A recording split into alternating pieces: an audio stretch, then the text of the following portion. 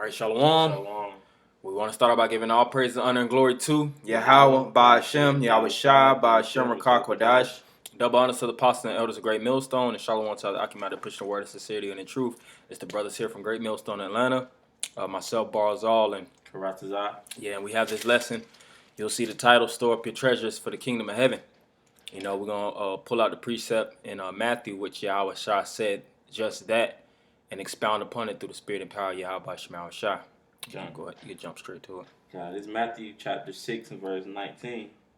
It says, "Lay not up for yourselves treasures upon earth, where moth and rust doeth corrupt." Right, so as we know, you can lay up physical treasures on earth, which are known as investments.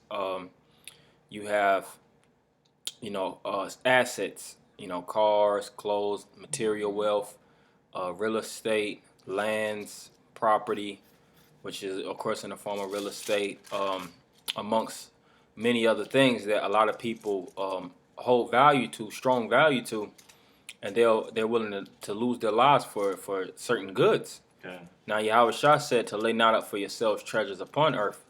Why? Because he just backed up his point, because moth and rust doth corrupt, meaning these things can rust, rot, decay. They can depreciate.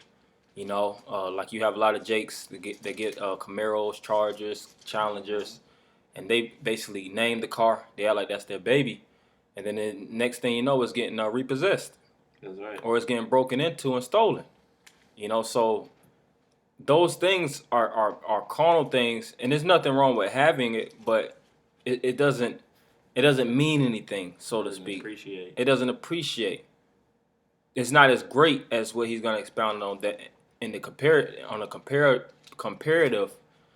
basis, and he'll speak about the other thing, which is the spiritual treasures. Keep going. It says, "Where moth and rust doeth corrupt, and where thieves break through and steal." Verse 20. "But lay up for yourselves treasures in heaven." But lay up for yourselves treasures in heaven.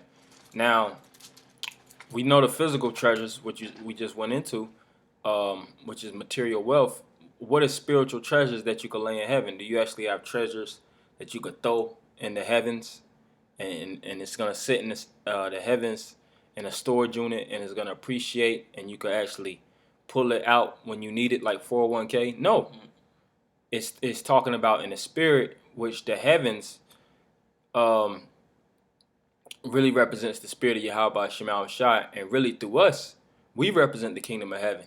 All right? That's why when you read, matter of fact, I'm going to go to this and then we'll go right back. 2 Corinthians 4, and I'll start at 6.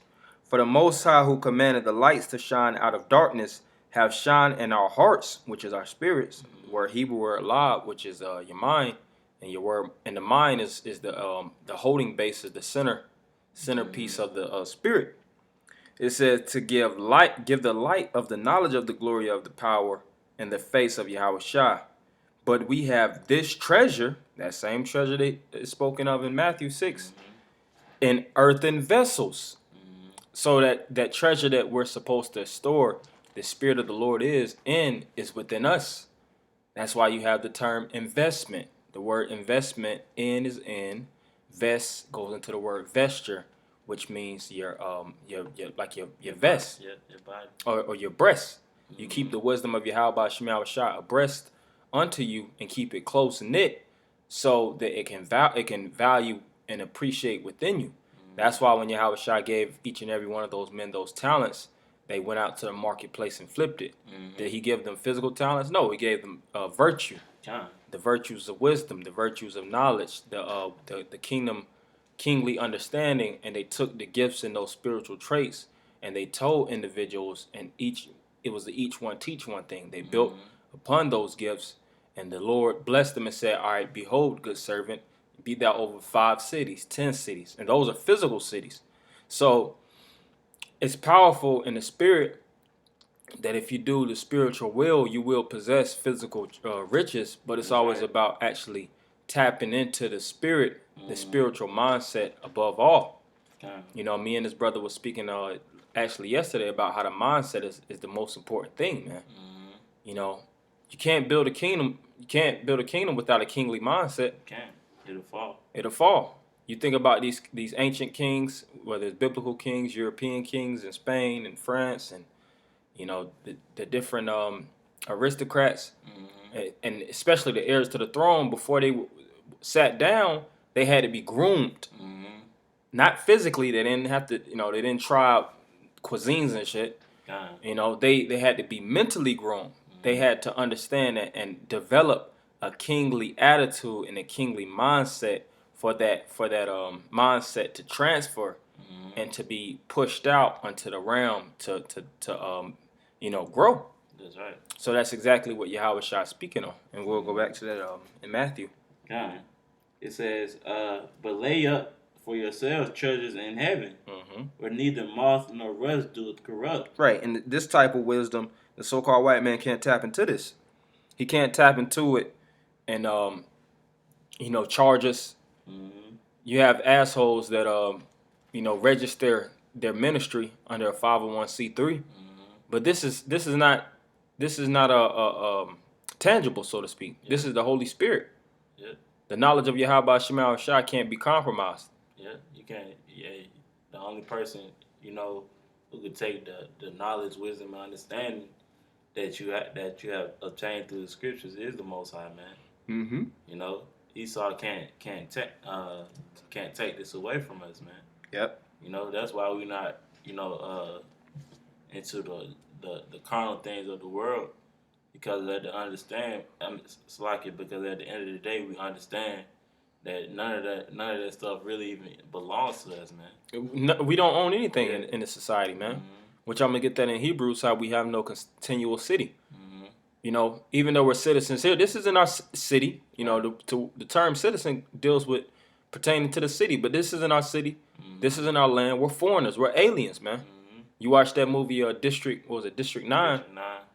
Those aliens that was roaming around, that represented Jake, man. Yeah. And they was all about what? Getting on the mothership to get delivered. And I was actually watching this interview. It was a heavy interview on Vlad. He was interviewing a real estate mogul. He was a multi-billionaire. And he was just expounding, dropping jewels about real estate investments and things of that nature. But one thing that he said was he doesn't own a house. He was like, what's the point? He's a billionaire. He could have bought hundreds of houses.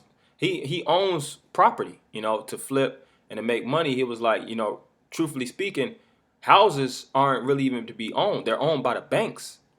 Then he was going into how you have to pay all this different money, pay this money and this high interest rate, and you got to pay it for this duration of time just to pay off the bank before you actually even get to actually purchasing the house. And then it's all kind of because when you get your loan, they put an interest rate on it. So while you paying off, you're not even paying, like the brother was saying, you're not even paying your house off for probably 5 to 10 years. And in most cases, most people have to they have to cut out basically. They're not able to purchase the house fully, and that's why they give them something known as a mortgage, which is a death pledge or a death note, knowing that you're going to pay it up until your death. Most people will try to purchase houses around 30 years old, and they'll have 30, 40 years in order to pay it off. Might be $120,000, and they never get to fully pay it off, or they end up being taken back by the banks. So it's all a scam. And that all shows that whatever you believe that you can gain and have ownership of, it basically bottoms out in due time. Right. You'll have these women, and especially in the black so-called Negro community, you'll have women that you marry, and the divorce rates are is high as hell. You'll marry a woman, and she end up divorcing you, putting you on child support, spousal support. Taking the children and the money away, the property that you actually possess, like these basketball players. But what happened to them? They store their treasures on earth, man. That's right. Instead of laying up their treasures in the spirit of Yahweh Shema Shah, and then they'll go through a depression, want to kill themselves and things of that nature, because they didn't have their mind right, and ultimately it befalls many men, we all get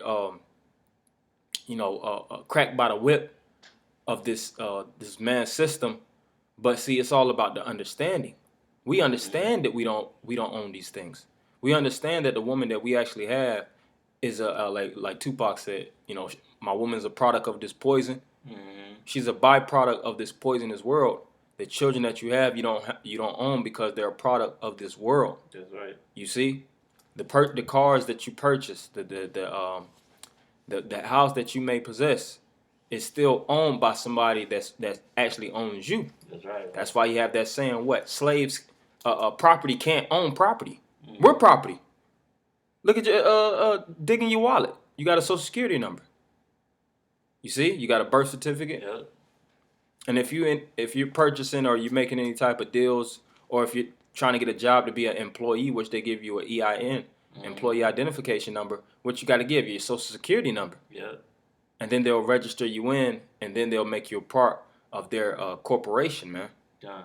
So all these little things that we're associated with on this physical plane is all forms of control, keeping us pushed and directed under the control of the master puppeteer, which is the so-called white man.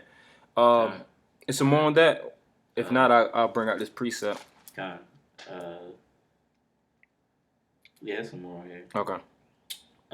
It says, verse 21, for where your treasure is, there will your heart be also. So where your treasure is, there will your heart be also. Like, we have cars, we have apartments or houses that we dwell in, us brothers in the faith. But if a brother loses those things, he doesn't trip, or he shouldn't trip, for the fact that you understand, you already have a layout that, man, these things, they bottom out in due time any goddamn way. It's supposed to come and go. It's supposed to come and go. How many cars have you been in and eventually you have to get rid of? Yeah. How many women have you dealt with and you eventually have to get rid of, or something happens where y'all break up? How many shoes have you purchased that they rip up and tear apart? But see, this word of Yahweh Shem Shah, when has it tore apart? Right. When has it depreciated? It's pure. It's pure. That's right. And this precept goes exactly into it. Done. Some more on that? Allah, that was it. Okay. This is Wisdom of Solomon 7 and 7. Wherefore I prayed, and understanding was given me. I called upon the Most High, and the spirit of wisdom came to me. Right. And the beauty of wisdom is what? It stands the duration of time. That's how you know something that appreciates. The more time actually develops, the wisdom develops within the span. You see, that's how you know something that's valuable from something that's invaluable, so to speak. As time progresses, does it retain that value? Like gold. Yeah. You could have ancient world gold that was mined, so to speak, in 1000 BC. It still holds the same value to today. If not, it might hold more worth. Wine appreciates. It's an appreciating commodity. You have certain assets, oil and things that resources. Those things are appreciative assets. Wisdom, books, knowledge. Those things appreciate in due time. That's why people still go back to the wisdom and the virtues of Socrates, Plato, Aristotle. You have Sun Tzu, Solomon, of course. The biblical kings. Because those things hold value and they retain their value. These things, the things of the world spoil like milk, man. You purchase this, say for instance, we in 2019, you purchased a 2019 car. You might 2020 is like you out of date. 2019, 2020, you out of date. Or you buy these. What's the newest iPhone? The iPhone 10X or X or whatever. Yeah, 10X. May go for what, like $1,000 or something. You have people purchase it for $1,000. Let 5-6 years pass. Then people selling shit online for $50, man. But nothing wrong with it. Nothing wrong with it. You see? So this place holds no value. You shouldn't put your energy into these things because what? They rust, rot, and decay. And you got to think like an entrepreneur, a spiritual. And we did lessons on that. Like a spiritual entrepreneur. Having your mind towards, all right, whatever I'm putting my energy into, man, it got to work for me. Yeah. You know, that's how entrepreneurs think. The work that the energy they put in, they want it to actually activate and appreciate within them, complement themselves. That's growth. A little bit more. It says, I preferred her before scepters and thrones, and esteemed riches nothing in comparison to her. And this is the richest man, one of the richest men that was known to ever live. You know, you had plenty of rich men, you know, but Solomon is the richest biblical king. And how he felt about his money, his assets, because when you read Ecclesiastes, he said he owned oxen, he had women servants, he had men servants, he had singers, palaces, gold in abundance, silver, you know, whatever, you name it. He had his naval routes that used to go back and forth through the Americas, through Hiram Abiff, and they would bring all kind of substance. He had everything under his feet. He was the king. He was king of the world at that time. But he said he didn't even compare riches unto the wisdom of Yahweh Shema Shah. That shows you how much wisdom, knowledge, and understanding stands. It towers above all. Oh, you had the book in the story in Ezra. I think it was First Ezra, if I'm not mistaken, where the men were talking about what's the greatest of all. One man said women. Another man said wine. I think another one said I think he said money, if I'm not mistaken. It was something to that degree. It was the king. The king, yep, he said the king. And then the fourth one said the truth, man. Yeah. And after that, everybody bowed down. They tapped out. It was like, oh man, you know, he hit his point. Because he expounded upon the spirit. He showed how truth is that much greater. God. How it's stronger. He was like, man, you know, wine is wicked. What he said, wine is wicked, women is wicked, the king is wicked. Yeah, the king is the truth stands before all, and everybody they were shut down after that, man. Yeah. God. So continuing on, I prefer her before scepters and thrones, and esteemed riches nothing in comparison to her. Neither compared I unto her any precious stone, because all gold in respect of her is as a little sand. And silver shall be counted as clay before her. So you can't compare nothing to the wisdom, man. You know, because the wisdom is given it to us by the highest power, man. You can go get a car from Edomite. You can go get a gold chain from the jewelry store. But you can't go. You just can't go out. Go to your local store and purchase wisdom, man. You can't do it like that. It don't work like that. It don't work like that. And wisdom tries you. It takes time to apprehend. It takes consistency, diligence. That's why I said the love of wisdom is keeping the commandments. Faith. You know, you have these degenerates, man. Big boy chains, $1 million worth of jewelry, fat boy houses, homosexuals. You have homosexuals that live in the best of houses, driving Maseratis, $100,000 cars, man. And he's a flaming sodomite. Right. Just because you have things externally doesn't make you wealthy. You know, you have low class people with high class lifestyles. You know, continuing on, and you have individuals that have those things and they're still depressed. Yeah. You know. Drug addiction. Some people commit suicide. They OD. It's always cases of overdosing. You had that one dude. I forget his name. The one white boy. I think it's Mac Miller. Oh yeah, Mac Miller. You know, he OD'd. The guy from Empire, he going crazy. The faggot from Empire. Josie Smollett, I think, something like that. Said they caught him with a rope around his neck. Bugged out. Yeah, just bugged out, man. Yeah. Continuing on. All good things. Oh, excuse me. Verse 10. I loved her above health and beauty, and chose to have her instead of light. For the light that cometh from her never goeth out. This is poetry. Yeah, kind of. All good things cometh together. All good things together came to me with her, and innumerable riches in her hands. Right. So he's speaking about how all those things are of a lesser class because his mental class had to get on a level for him to understand the value of the other things around him. You know, what's the point of health? You have to have wisdom to actually know about health. You know, you have to study. You have to have the knowledge of. you know, tap into that spirit of it, and then you actually apprehend and get into whether it's herbs or you have to see the value of gold and silver. See the reason why to actually invest into these things through wisdom in order to get those things. And still, it's still so much more that comes with wisdom. Because it's not only commodities that people possess due to having knowledge and wisdom, it's their life, it's the mental change, man. The mental transitioning, how they carry themselves, how they deal with their family, how they deal with their children, how they deal with brothers, how they do charitably to elders. And you could change a whole world with the wisdom, man. You can't do that with money. You know, you have certain individuals that'll take money, of course, and corrupt, but through wisdom, that's enough to positively, so to speak, restructure the dynamics of the universe, man. Continuing on, it says, "And I rejoice in them all, because wisdom goeth before them." See? "And I knew not that she was the mother of them. I learned diligently and do communicate her liberally.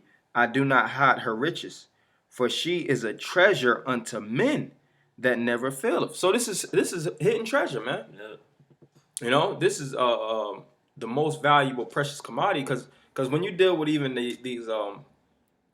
these millionaires and billionaires, they tap into something that most people don't see, and they dig deep, and they discover the treasure, and then they expound it up to individuals, and what happens? They show them the vision.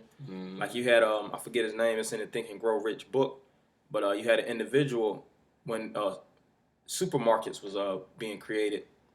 Before they had supermarkets, I forgot the layout, but he basically came up with the idea of the supermarket. And he was like, we could actually just have people go through the line, this, that, and the other, and then they could purchase and go. And he always had plans, and his boss always shot it down. And he came up with the concept of grocery stores. He came to his boss. His boss was like, "Whatever, man. Here's you is with your bugged out ideas." And he took that and he started his own grocery store, and he made millions. And his boss was basically like, that was the biggest regret he ever had of his life, not listening to that man. Yeah, that's the same thing with us. We trying to show the people, the right way to go about things. With the people, waving their hand at us. But then when the plan of Yahweh Shah is revealed to the people, then they will be SOL, man. That's right. I think that's the main point. It's a lot of meat in here, but that's really the main point. You could go ahead with your. I had Wisdom of Solomon, chapter 5. That Wisdom of Solomon. Man. Yeah, it's wisdom. It's wisdom. Chapter 5 and verse 8 said, "What hath pride profited us, or what good hath riches with our vaunting brought us?" Which that word vaunting means like to be proud or to boast. It says all those things are passed away like a shadow, and as a post that hasted by, and as a ship that passes over the waves of the water. What do you say? You can't see the ripples anymore. It says, which when it is gone by, the trace thereof cannot be found, neither the pathway of the keel in the waves. So the carnal materialistic things of the world, man, a day, a week later, or however long, man, it's not going to be there anymore. It's telling you basically not to be materialistic, man. Yeah. That's why you have that term matter. Like people say nothing matters. Matter is that's where you get material from. Matter is really something that's tangible. When you're dealing with science, you have liquids, you have matter, solids and things of that nature. Which a solid is something that's, if I'm not mistaken, it's a form of matter. But that stuff doesn't matter. It doesn't mean anything. Even though these possessions are to utilize, you can actually drink wine and but this is the matrix. What's truly valuable? Why were we actually set on earth? We're sent here, so to speak, through the Spirit to do something important. We have an objective, but it's always about what it is and tapping into that. That's right. And pushing forward in that. That's right. We wasn't born here to sip the finest wine and have sex with big booty women, man. That's right. Those are the pleasurable things, but we're not natural, what they call Epicureans, man.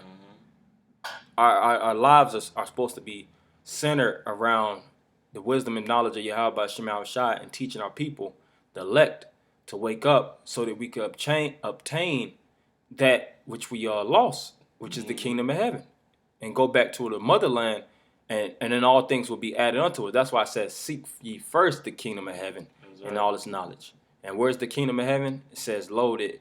Don't look here and there, for the kingdom of heaven is within you. That's right. So tapping into your own potential, your own spirit. You got some more on that? Yeah, kind of. It says, or as when a bird hath flown through the air, there is no token of her way to be found, but the light air being beaten with the stroke of her wings, and parted with the violent noise and motion of them, is passed through, and therein afterwards no sign where she went is to be found. Or it's like when the arrow is shot at a mark, it parted the air, which immediately coming together again, so that man cannot know where it went through. Even so, we, in like manner, as soon as we were born, began to draw to our end, and had no sign of virtue to show, but were consumed in our own wickedness. I think that was pretty much the point. Yeah, and that's heavy, you know. That's heavy. Like it speaks about how things are just, it has a knack for coming and going. And wisdom, you can't exterminate this spirit. That's why you have in Ecclesiastes where it speaks about the poor wise man, how he saved the city, you know, because of that wisdom. And it said, yet no man regarded that poor man, you know. And even though we have the wisdom, it's still like we don't get credit, you know.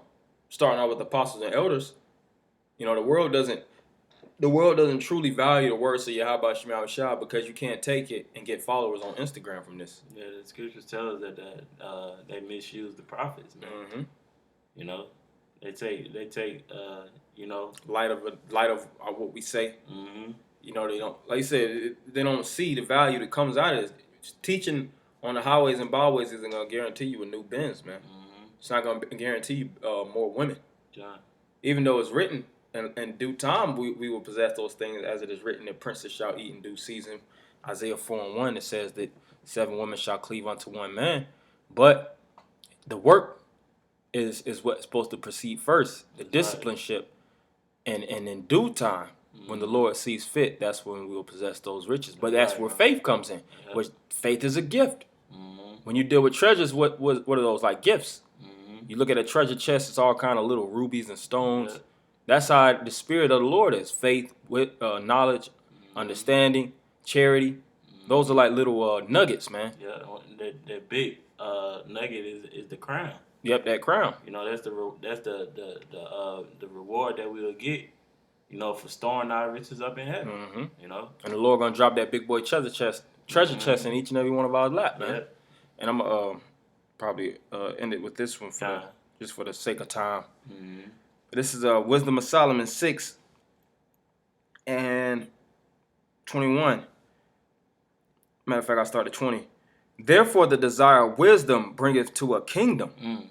If your delight be then in thrones and scepters, O ye kings of the people, honor wisdom, that ye may reign forevermore.